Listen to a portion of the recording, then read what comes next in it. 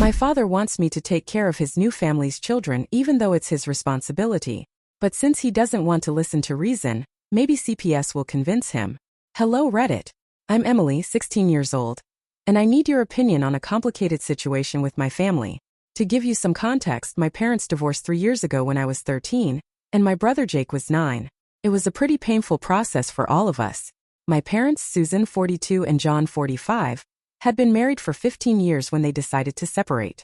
For as long as I can remember, there was always tension at home. Dad worked long hours as a sales manager at a tech company, while Mom balanced her part-time nursing job with taking care of Jake and me. As we grew up, their arguments became more frequent. The breaking point came when Mom got a promotion at the hospital, which meant more responsibilities and longer shifts. She expected Dad to take on more tasks at home, especially cooking and helping us with our homework. But Dad always had an excuse. He was too tired, had to prepare an important presentation, or it just wasn't his thing. I remember one particularly tense night. Mom had worked a double shift at the hospital and came home exhausted, only to find that nothing had been prepared for dinner. So Jake and I hadn't had a proper meal, just snacked on sweets, and we hadn't done our homework. All because Dad was too busy with a work call. The argument that followed was the worst I'd ever witnessed. Mom yelled that she was tired of being the only one who cared about the family, while Dad blamed her new job for affecting the family dynamic. That night, Jake and I huddled together in my room, trying not to listen to the yelling. It was then that I realized things would never be the same. The following months were pretty bad considering that my parents were arguing all the time and not getting along anymore. That's why, shortly after, Dad moved into an apartment near downtown, while we stayed in the family home with Mom. At first, visits to Dad were awkward. He tried to make up for his absence by taking us to amusement parks or buying us expensive gifts. But Jake and I could feel that something fundamental had broken. Mom, on the other hand, did everything she could to maintain a stable routine for us. Despite her long hours at the hospital, she always found time to help us with homework and prepare homemade meals. It was during this time that I started to take more interest in cooking. While my mom was working, we used to stay with an older neighbor or a relative. I never knew why my parents didn't decide to hire a nanny before everything fell apart, but after my dad moved out, my mom hired a part-time nanny to help out since my neighbor or relatives weren't always available to watch us. A year after the divorce, Dad gave us the news. He had met someone and was going to get married. Sarah, 40, was divorced with 2 kids, Ethan, 9, and Lily, 7. At first, the news hit me like a bucket of cold water.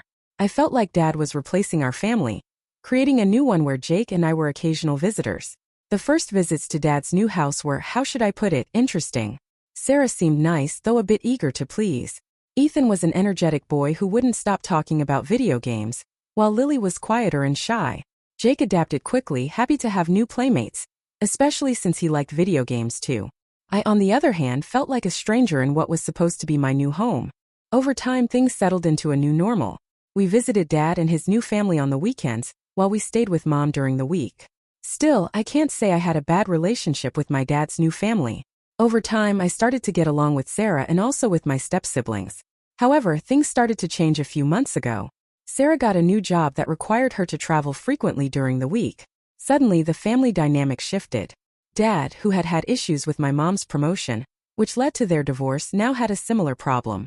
That's when Dad called me one day after school with a proposal that completely took me by surprise. He asked if I could come to his house every day after school to prepare dinner for Ethan and Lily. His argument was that since I occasionally cooked for Jake at Mom's house, it shouldn't be a problem to do the same for my new siblings. I didn't know how to respond, so I told him I had to go because Mom was calling me, and I hung up. Then the weekend came, and it was our turn to be with Dad again. I had already decided that I wasn't going to do it. When I get home from school, I usually take care of Jake while I study since I'm older now and can stay home alone. On the days Jake can stay with the neighbor, I do extracurricular activities because I'm preparing to apply to a university, and I want to have something to show on my applications when the time comes. So it's not like I have all the time in the world to go cook at my dad's house during the week. It's not just the time it takes to prepare the meal but also the commuting, since the public bus ride takes about 30 minutes to get to his house. That's why, when my dad asked me again if I could do it, I explained to him that I couldn't. I also reminded him that I only cook for Jake occasionally, maybe once or twice a week, and that's only when Mom has night shifts, so it's not an everyday thing. Dad's reaction surprised me. He got angry in a way I had rarely seen before. He accused me of showing favoritism towards Jake, saying it was horrible and despicable of me to treat my blood siblings and step-siblings differently. He insisted that Ethan and Lily were now part of our family, and that I should want to help them. I tried to stay calm and explain that the situation was completely different. Jake and I live in the same house, and cooking for him occasionally is part of our shared responsibilities. I also reminded him, maybe with a bit more acidity than necessary, that he himself had refused to cook regularly when he was married to Mom, so it seemed unfair to me that he now expected me to do it. Dad didn't take it well. He told me I was being selfish and inconsiderate, that I should think about the good of the family. He even suggested that maybe we should reconsider our visitation agreement if I wasn't willing to be part of the family. That night, after talking to Dad, I felt terrible. On one hand, I felt guilty for not wanting to help Ethan and Lily. After all, it's not their fault they're in this situation. On the other hand, I was angry that Dad was trying to emotionally manipulate me into doing something he himself wasn't willing to do. When I got back to Mom's house, I talked to her about the situation, hoping she would give me some advice.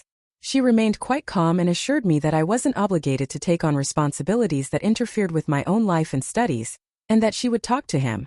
I believe it's not my responsibility to take care of my step-siblings since, if he has chosen to have a new family, he should also be responsible for it. But since I want to know if I'm right or not, I'm here on Reddit. Am I wrong for refusing to cook for my step-siblings during the week? Should I sacrifice my time and activities to help in this situation? Or is it fair that I stand firm in my decision? I really need an outside perspective on this. Edit. Because many are asking how my dad and stepmom handle the kids, I've decided to add it here. Sarah has her mother help take care of the kids when they come home from school until my dad gets off work, at least on the days Sarah has to travel. On other days, Sarah usually gets home around the same time as Dad. But unlike the relationship with my mom, Sarah has said that she handles the cleaning, but it's my dad who takes care of the meals. And although she has cooked a few times when I've been there on weekends, I know it's not a task she particularly enjoys. That's why they want me to come over during the week to cook for everyone. Because even though they've tried to manipulate me by saying the food is for my step-siblings, I know that both Dad and Sarah need to eat too. Edit 2. I don't know if Sarah knows what my dad has asked of me, but I'll try to find out. Update 1. I have an update on my situation. First, I want to thank you all for saying that I'm not wrong, and that my dad should be the one cooking or finding a solution to his problem that doesn't involve me. After everything that happened, I decided to have a deeper conversation with my mom. There were some things I didn't understand about our past, and I felt I needed more context to handle the current situation. I asked Mom why they never hired a nanny when she and Dad were still married, especially considering how busy they both were. Her answer wasn't what I expected. I thought it would be something related to money, but it wasn't. With a deep sigh, Mom told me something I had never known. It turns out that when my parents had only been married for 2 years, long before Jake and I were born, Dad had an affair. Mom found out, and although they decided to try to save their marriage, the trust never fully recovered. She said, "That's why I didn't want to have a woman taking care of you too, especially when I wasn't home." Mom explained, "I know it sounds irrational now, but at the time jealousy and distrust clouded my judgment." Mom also told me that she was tired of Dad doing nothing around the house. He always had an excuse not to help, even when he had poker night with his friends once a week or when he went to play tennis on weekends. "I thought that if we hired someone to help, your dad would have even fewer reasons to get involved in household chores," she added. Additionally, this update is to let you know that Sarah called me, and it was to ask me to agree to prepare meals for her kids. So yes, Sarah was aware of my dad's request. But it was a request in the same vein as how my dad asked me, a very rude attempt at manipulation to get me to agree. She told me that she considered me family since she saw me as another daughter. She also said the same thing as my dad, that although we weren't related by blood, she hoped I would see her as a mother. I found this a bit sad because although we have gotten along well all this time, I don't remember her treating me like a daughter. Just seems like words to manipulate me.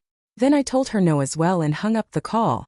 I also blocked her number because I have nothing to talk to her about, especially if her calls are going to be for ridiculous requests like this. I told my mom about this and she said she plans to talk to my dad very soon. She hasn't done it yet because she's been very busy with work this week, so we haven't had much time to talk. Edit. Some people have called me selfish for refusing to contribute at my dad's house. To be clear, I would be willing to help with cooking on the weekends when I visit as a way to contribute, but I'm not willing to go during the week to cook. Update 2. The situation with my father has escalated, and I need to share what has happened. This weekend, I decided not to go to my father's house. After everything that has happened, the manipulation, the unreasonable demands, and the lack of understanding, I felt I needed some time for myself. I told my mom that I preferred to stay home, and she respected my decision. Jake, my younger brother, did go as usual. Friday night seemed calm. I spent the evening studying and helping my mom with some house chores. We even cooked together, which was nice. I finally got to spend some quality time with my mom after she'd been so busy all week.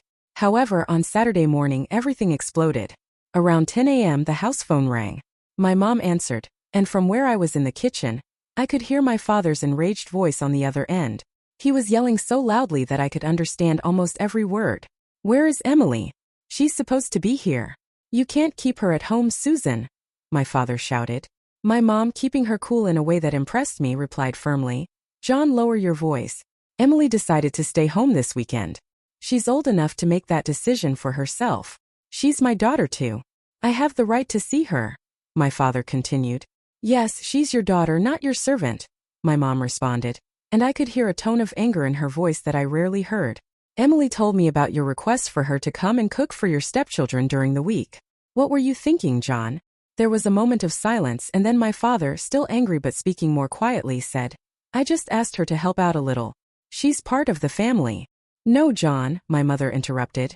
"You asked her to sacrifice her time, her studies, and her activities to do something you should be doing. It's your responsibility, not hers." "But Sarah is working late, and so am I. We need help," my father protested. "And what about Ethan and Lily's grandmother? Wasn't she supposed to be watching them?" my mom asked. There was another moment of silence before my father responded. "Yes, but nothing, John," my mom said firmly. "When we were married, you never bothered to cook or help with household chores. You always had an excuse. Now that you have a new family, it's time for you to take on your responsibilities." "That has nothing to do with this," my father shouted. "It has everything to do with this," my mom replied. "You're trying to make Emily take on responsibilities that are yours. She's a teenager, John. She needs to focus on her studies, on her extracurricular activities. She needs time to be a teenager." I could hear my father sigh heavily. "I just wanted her to be part of the family," he said, sounding defeated. "Being part of the family doesn't mean being exploited," my mom responded. "If you want Emily to feel like part of your new family, you should spend quality time with her, not ask her to be your cook." There was a long silence after that. Finally, my father spoke again, his voice calmer. "Can I talk to Emily?" My mom looked at me. I shook my head. I wasn't ready to talk to him yet. "Emily doesn't want to talk right now, John," my mom said. "She needs time. You've hurt her feelings and she's lost trust in you. You need to respect that."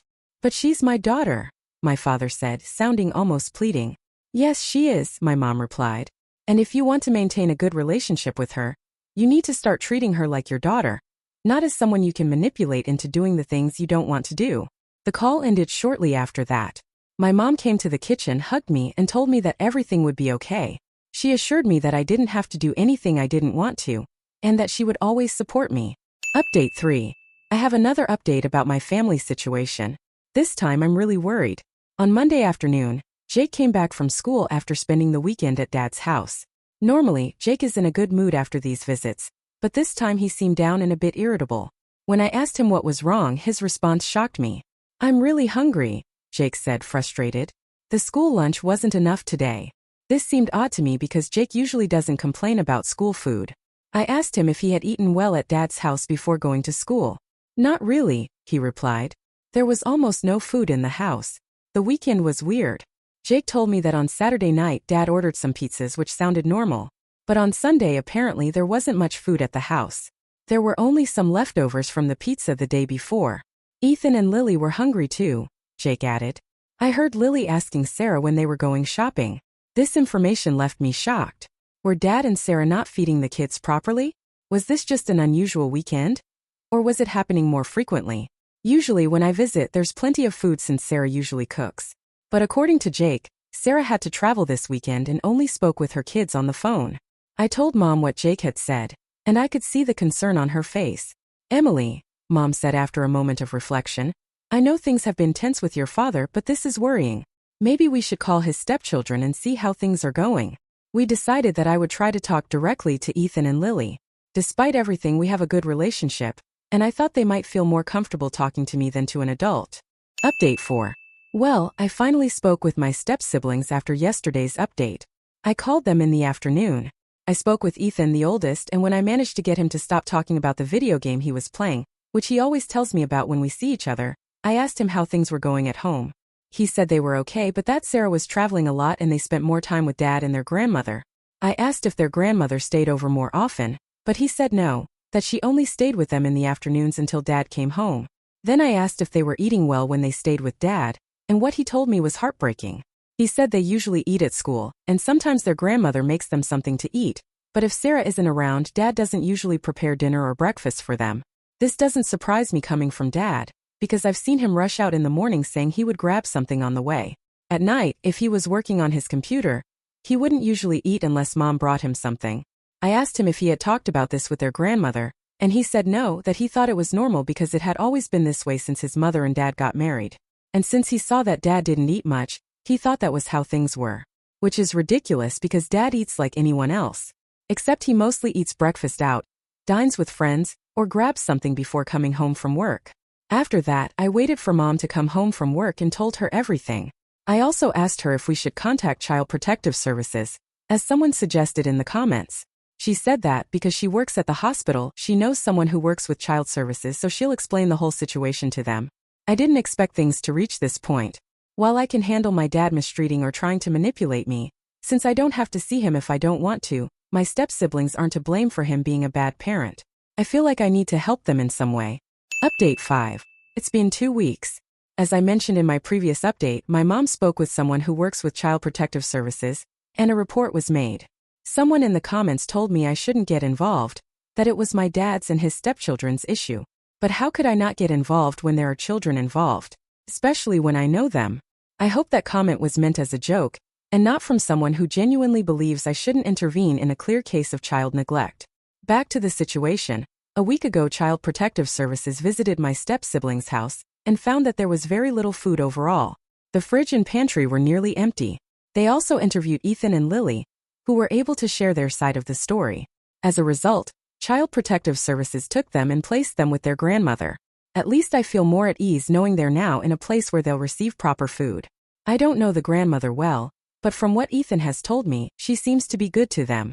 I plan to call her soon to check in and make sure everything is okay. I know all of this because my dad called me in a rage recounting what had happened. He doesn't know it was us who made the report.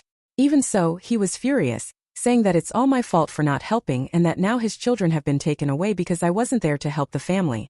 Although the conversation wasn't pleasant, none of our recent ones have been. I at least took satisfaction in hanging up and blocking him while he was still shouting and calling me a terrible daughter. I can't imagine what he'd do if he knew I was the one who made the report. He also tried calling my mom, but she let the phone ring without answering. I don't know what will happen next with Ethan and Lily, but at least my mom thinks Jake shouldn't go to Dad's house, at least until this is resolved. Update 6. It's been a few weeks since my last update, and things are coming to a close regarding the situation with my father. Ethan and Lily have returned to my father's house. It seems that after the intervention from Child Protective Services, my father managed to improve conditions at home, which allowed them to return the children. They bought food and passed an inspection, which enabled them to get their kids back. Yesterday, Ethan called me to explain what had happened. He also mentioned that my father had asked him if anyone had been talking to him before they took him away, and he mentioned my call.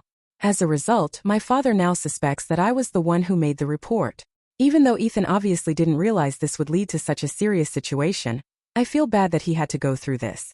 My father, furious because he can't talk to me, I have him blocked, decided to call my mother. According to her, the conversation was intense. My father confronted her, accusing me of making the report. My mother, without hesitation, told him that it was actually her who made the report, and that she was glad she did because the children didn't deserve a stepfather like him. My father responded even angrier, telling my mother that he was glad to have divorced her, and that Sarah is a much better woman. To top it off, he said he didn't want to see Jake anymore. That he's decided to cut ties completely with that part of the family, and doesn't want to have anything more to do with us. I won't lie, this has been very hard to process. Although I knew my relationship with my father wasn't the best from the start, I never thought it would reach this point. But what hurts the most is that he's chosen to cut ties with Jake, who has nothing to do with all of this. But I guess this reveals his true colors, and it's not surprising that someone so poor as a father would want to cut ties with us. I've told Ethan that he can call me anytime if he needs anything or if something happens with my father, but unless something new happens with my story, this will be the final update.